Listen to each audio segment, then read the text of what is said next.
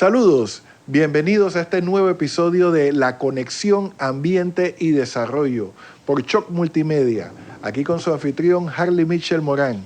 Y hoy tenemos una invitada de lujo que lo ha sido todo.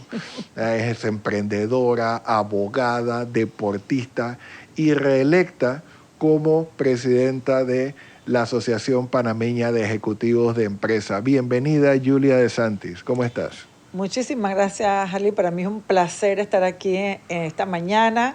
Gracias por la invitación. La verdad es que gracias por todas las cosas que has dicho de mí. No, es que que te las has verdades. ganado. Y seguramente me quedo corto. Es más, no sé cómo vamos a hacer para que en estos 20 minutos quepa todo lo que tienes que compartirnos, ¿no? Como este puede ser el primer podcast, siempre los podcasts son el primer podcast de alguien que esté transitando por las redes. Háblanos un poco de ti, cómo llegaste a hacer tantas cosas, a ser un ejemplo para las personas de este país. Y hablamos también de qué trata APEDE. Bueno, mira, hablar de mí, bueno, siempre me es un poquito difícil hablar de mí, pero bueno, siempre he sido una persona muy participativa. O sea, desde la escuela, si había algo que hacer, yo estaba ahí metida. Me recuerdo, nosotros fuimos la que inventamos, nuestra promoción inventó el servicio social, una época que no había servicio social y mucho menos de mujeres. Yo estaba en una escuela de solo mujeres, así que no fuimos al servicio social. Luego, no sé, me acuerdo que tuvo la huelga de los maestros en el 79, estoy tirando la cédula. Mía, pues Pero sí. ahí nos fuimos a protestar. Yo también me acuerdo de eso, no te creas. Y entonces, o sea, siempre he sido así muy participativa, en la universidad también. Así que en la Facultad de Derecho siempre... Y en plena dictadura, Julia. También, mira, yo tengo una anécdota bastante divertida porque no pasó nada. Estando embarazada de mi primer hijo, yo me fui a protestar a la Procuraduría, donde todavía es la Procuraduría hoy día. Y por esa época no había redes, pero resulta ser que había un periodista y el periodista me filmó. Y salió en la noticia. Y mi esposo en ese momento me dijo, ¿qué te pasa? Tú estás embarazada, hay una dictadura, estás protestando. Y dije, pero lo hice. O sea, es algo que como que viene innato, de querer, realmente es una visión de querer contribuir a de vivir un mundo mejor. O sea, que uno pueda dejar un mundo mejor del que nació. O por lo menos, bueno, en estos momentos que no sé si el mundo es mejor, pero bueno, siempre apuntalar y buscar con una visión compartida que mejore la calidad de vida de las personas. Suena como un cometido de vida.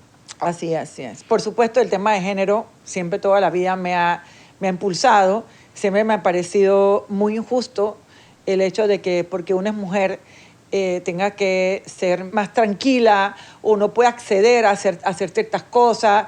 Un rol preestablecido. Ajá, exactamente. Entonces yo me acuerdo que yo peleaba mucho con mis hermanos porque me decía, es que tú no puedes porque eres mujer. ¿Cómo que no puedo? Claro que puedo. Y o sea, hacía cosas locas porque yo decía que yo sí podía.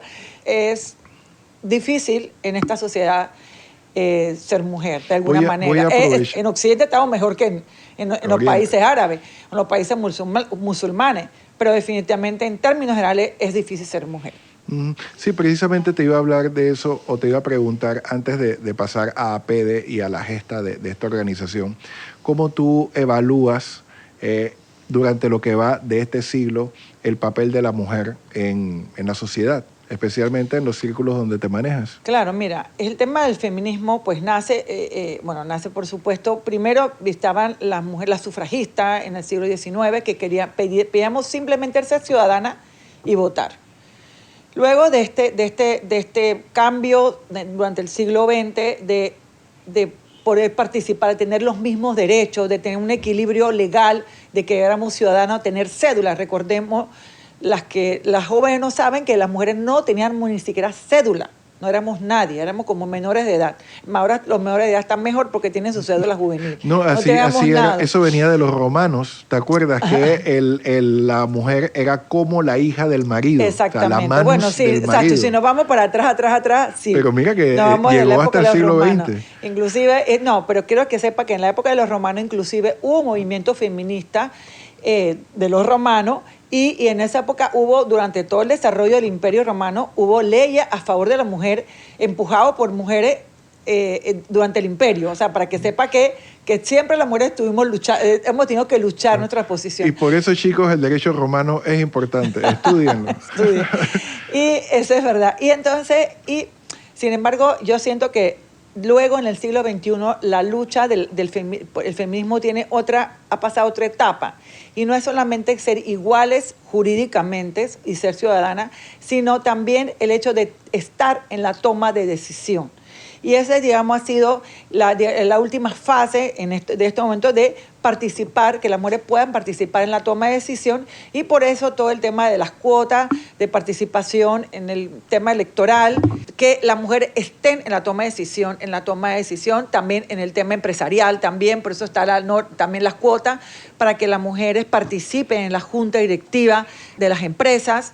Y por eso que las mujeres tenemos que estar en los espacios de toma de decisión. Y eso, digamos, es la nueva fase del feminismo. Y además entender que no todas las mujeres somos iguales y que por lo tanto el tema del feminismo hay que verlo de manera transversal. Las mujeres más vulnerables, las mujeres negras, las mujeres indígenas, son mucho más vulnerables que, por supuesto, una mujer urbana, una mujer, o sea, hay temas también de posición social que lo hacen distinto y que, por lo tanto, la política pública tiene que estar enfocada en diversas formas, pues, porque no es lo mismo ser mujer ciudadana, urbana, ciudad, urbana, estudiada, que una mujer que nace en el campo o que es indígena o que es negra en un entorno desfavorable desde el punto de vista social, económico. Entonces son políticas públicas diferenciadas. Entonces son, digamos, las dos cosas de que desde el feminismo se debe ver distintas. A ver, dos cosas.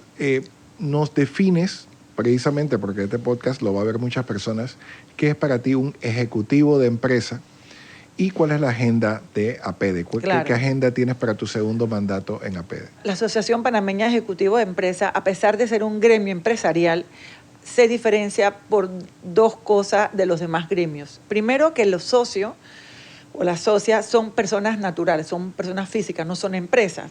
Generalmente, todos los gremios empresariales, los socios son la Cámara de Comercio, la CAPAC, son empresas. Entonces ya nos diferencia porque somos personas naturales, personas físicas.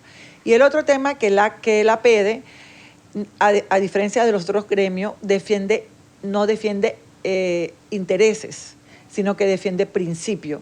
La APEDE nació para la defensa de 4 principios fundamentales. Defiende la democracia, defendemos la ética, defendemos la educación y la libre empresa. Entonces, cuando tú pasas cualquier decisión, cualquier problema, pasa por el tamiz de los principios, lo que va a salir, las soluciones son totalmente distintas que cuando pasan por el tamiz de los intereses. ¿Me explico? Entonces, por eso que la APEDE siempre ha sido esa voz en la sociedad, que ese faro de balance, porque como nosotros pensamos en impulsar principios, digamos, sentimos que tratamos de hacer las cosas distintas, ¿no? Y buscando el bien común. ¿Y cómo está la libre empresa en Panamá? ¿Cómo la evalúas? Bueno, la verdad es que la libre empresa tiene sus problemas porque hay mucho de parte del gobierno. El índice de libertad económica realmente en Panamá está mejor que en muchos otros países. Tenemos un buen índice de libertad económica, sin embargo, sí ha habido pequeño retroceso, sobre todo porque ha habido muchas regulaciones de parte del gobierno, a veces innecesarias, y esa cantidad de regulaciones lo que hace que atrase el índice de libertad económica. Entonces uno tiene que buscar un balance entre la regulación necesaria, porque definitivamente vivimos en sociedad y se requiere una regulación y se requiere que, digamos, las empresas o los que quieren invertir tengan claras sus reglas, y otro es el tema de poner requisitos o burocracias innecesarias. ¿Me explico? Entonces, ese balance es el que siempre estamos nosotros tratando de buscar desde APEDE. Sí, porque el mandatario dijo desde el primer día de su toma de posesión de que este era un gobierno de empresa privada, cosa que ha mediatizado totalmente lo que él dice con respecto a cierto sector de la población. Yo como abogado tengo una opinión diferente, porque no es lo mismo tomar posesión que sentarse en la silla del primer funcionario administrativo del país. ¿Tú crees que realmente este es un gobierno de empresa privada o hay algunos matices? Yo creo que hay bastantes matices. Hay bastantes matices desde el sector privado. No necesariamente sentimos un apoyo constante, permanente. Sí tenemos, obviamente, hemos visto como algunos ministros hablan con el sector privado, pero en verdad en todos los gobiernos se tiene que hablar con el sector privado porque la empresa privada al final del día es el motor de la economía. Y sin embargo, el sector privado tiene que hacer muchísimos más para la sociedad en términos generales y aportar muchísimos más. Por ejemplo, nosotros tenemos todo el tema de logístico, que bueno, en los últimos días ha habido mucho foro sobre el tema. Correcto. La misma CP ha hablado de nuevo desarrollo, nuevas inversiones en el tema logístico, se ha hablado mucho del tema de los puertos, pero ahí necesitamos inversión privada. Pero el gobierno lo que tiene que hacer es permitir esa inversión privada lo más posible con la menor cantidad de regulaciones posible, siempre, por supuesto, pensando en los ciudadanos, pensando en el bien común, pensando en que sea una inversión sostenible, una inversión segura, pero sí tenemos que invertir muchísimo más en esos sectores que son, de alguna manera, nuestra vocación por nuestra posición geográfica es el tema transitista, entonces y tenemos que aprovecharlo, pero no solamente lo tenemos que aprovechar por, digamos, la parte del canal o que el área metropolitana que tiene el 85% del PIB proviene del área metropolitana, mientras que el 15%, el restante 15% viene del área de interior del país. Por eso para nosotros, por ejemplo, desde AP, nosotros apoyamos el proyecto del tren, porque el tren, de alguna manera, sentimos nosotros que puede ser un factor equilibrante, desequilibrio regional que tenemos en este país. Porque al invertir desde Panamá hasta, que lo quieren llevar a la frontera, es una inversión que se hace, que rompe ese norte y sur permanente que tenemos nosotros del área metropolitana, Panamá-Colón. Y hablando de ese 15% del PIB que le resta al país, ¿qué opinas del tema minero después de todo? Bueno, desde APD, es un tema sensitivo. Definitivamente. Desde APD sí nosotros hemos pedido y estamos esperando los resultados de la auditoría ambiental. Porque, la auditoría, yo la verdad es que le he preguntado el estatus a los ministros y como que no me saben decir exactamente el estatus que está, pero para nosotros es bien importante esa auditoría para poder entender la extensión del impacto ambiental, si se han tomado las medidas de mitigación correspondientes al estudio de impacto ambiental, si en efecto está la gravedad del impacto ambiental negativo que se habló en su momento en los medios. Es decir, tenemos que valorar científicamente lo que está sucediendo con el tema de la mina. Lo que sí es cierto y que sí nos preocupa muchísimo es que el cierre de la mina tiene un impacto económico muy relevante, sobre todo en Coclé, en Chiriquí, porque muchos obreros también venían de Chiriquí. Y en la provincia central ha tenido un impacto fuerte y lamentablemente no se ha podido sustituir la mano de obra a tiempo, por ejemplo, con turismo, con tema logístico. Encima el tema logístico está, como acabo de decir, en el área transísmica, no está en el interior. Entonces, y el tema turismo, no ha habido tampoco la inversión en infraestructura suficiente como para revertir o para poner esa mano de obra, entonces meterla en el tema turístico, entonces el turismo. Entonces, como que hay temas que hay que valorar como país, ¿no? Eso es lo que estamos viendo, estamos esperando para poder ver cuáles son los resultados. El presidente también habló de cambiar, de que no va a ser un contrato, que lo va a explotar el Estado, o sea, como que otra fórmula de gestión del tema ambiental. que hay que ver, porque también yo he visto por países como Costa Rica que no tienen minería de cielo abierto, sin embargo sí tienen mucho problema de minería ilegal, porque cuando tú prohíbes una actividad, pero que es una actividad que da mucho dinero, entonces lo que tienes es el problema de los ilegales que entran y se aprovechan y sin ningún control, entonces explotan ese sector y el resultado es peor porque no tienes control, porque es ilegal, porque No, es informal. En Panamá también hay bastante. Allá mismo en el área, las comunidades alrededor, lo tienes en Darién, muchísimo, en Chepo, la cuenca de Bayano. Así que en Colombia ya es una plaga, por ejemplo, la minería ilegal. Exacto. O sea que depende de los resultados de la auditoría, el posicionamiento de APEDE. Definitivamente. Vamos a valorarlo con mucho cuidado. Aunque pareciera que, porque el problema con esto también ha sido la comunicación gubernamental, porque se da esporádicamente. Entiendo que la auditoría ambiental es una cosa y la auditoría integral de cuánto entró al Estado panameño. La financiera. La financiera la va a Lo hacer está viendo el MISE. Exactamente. Y el otro el Ministerio de Ambiente. Pero no se sabe exactamente. Lo integral es como el pan integral que te venden en los supermercados. Ahora resulta que no es integral nada, sino que hay que buscar otro tipo de producto. Al final, ojalá que el Estado se apresure, ¿verdad? Sí, sí, porque también hay que tener una definición. Una definición del tema. Una definición oportuna.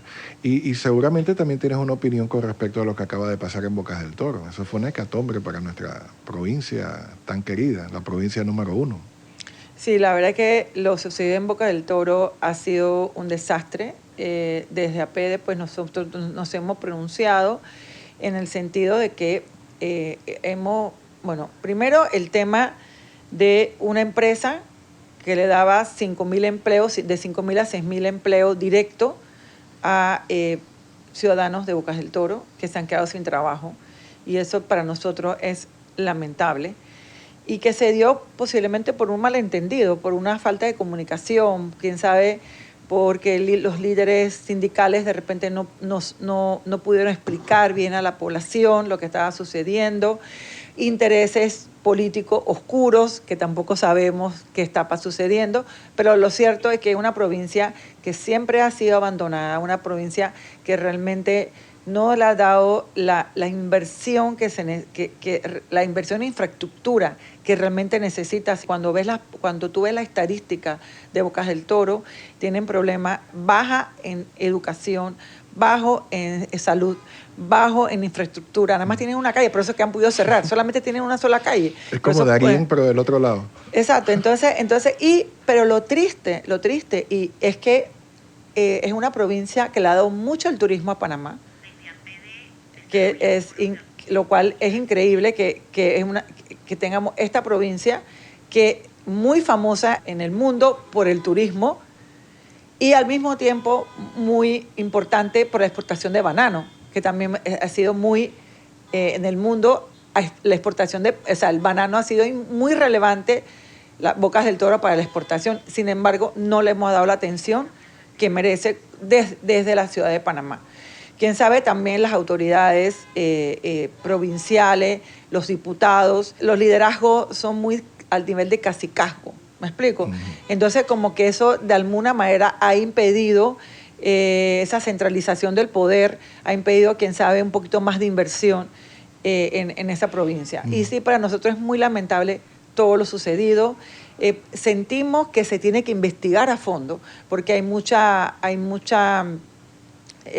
ruido, que si los muertos, que si no los muertos, que si el abuso, que si no el abuso, y yo creo que el Ministerio Público debe investigar. Sabemos que la Defensoría del Pueblo ha estado investigando, pero yo creo que los ciudadanos necesitamos saber realmente qué sucedió, y si el Ministerio Público es la entidad que investiga, debe hacer las investigaciones y tiene que pronunciarse a la ciudadanía. Nosotros hemos hablado con el procurador y le hemos dicho al procurador que se investigue y que se informe a los ciudadanos lo que sucedió allí, en términos de si hubo exceso en el tema de violencia, en fin, que se investiguen. Sí, y ese es un tema que yo considero no tan alejado de la sostenibilidad, porque para que haya sostenibilidad tiene que haber paz. Totalmente de acuerdo. Y hablando de sostenibilidad, APEDE ha hecho mucho al respecto en cuanto a los foros y la concienciación ambiental. Cuéntanos un poco de eso. Sí, nosotros tenemos una comisión de ambiente que es muy activa y nosotros todos los años hacemos foros. De hecho, este año que acaba de pasar, hace un par de meses, hubo un foro de ambiente dirigido hacia la sostenibilidad ambiental en las empresas, ¿no? Y entonces vemos, se tiene que impulsar desde las empresas, porque hay muchos temas de sostenibilidad en términos de desarrollo, en términos de género, en términos de minorías, pero también en el término ambiental. Entonces nos enfocamos en la gestión de proyectos ambientales.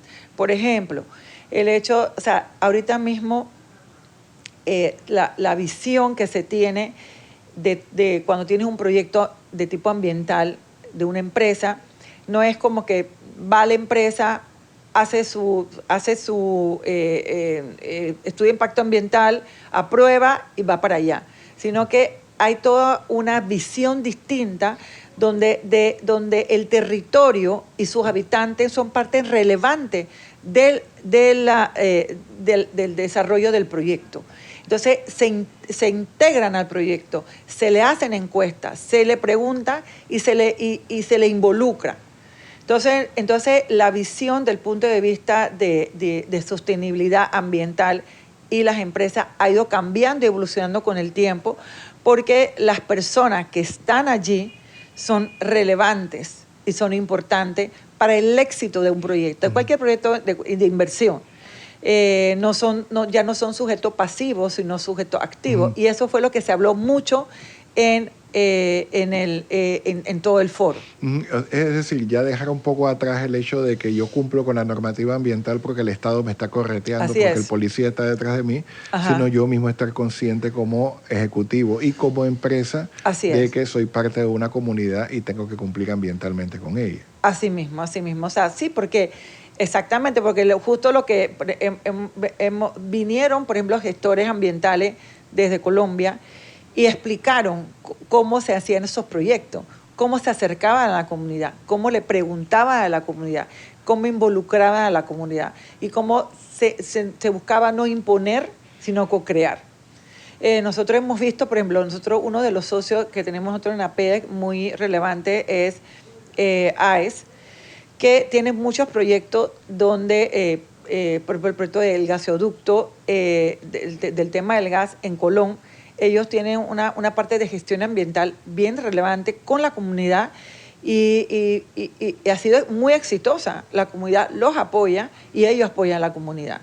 Entonces, yo creo que esa es la nueva fórmula de hacer, de que la empresa privada se desarrolle, no solamente pensando exclusivamente en sacarle un provecho económico, que obviamente es el objetivo de la empresa privada, sino también de una visión mucho más amplia del sector privado en cuanto a beneficiar la comunidad en términos generales.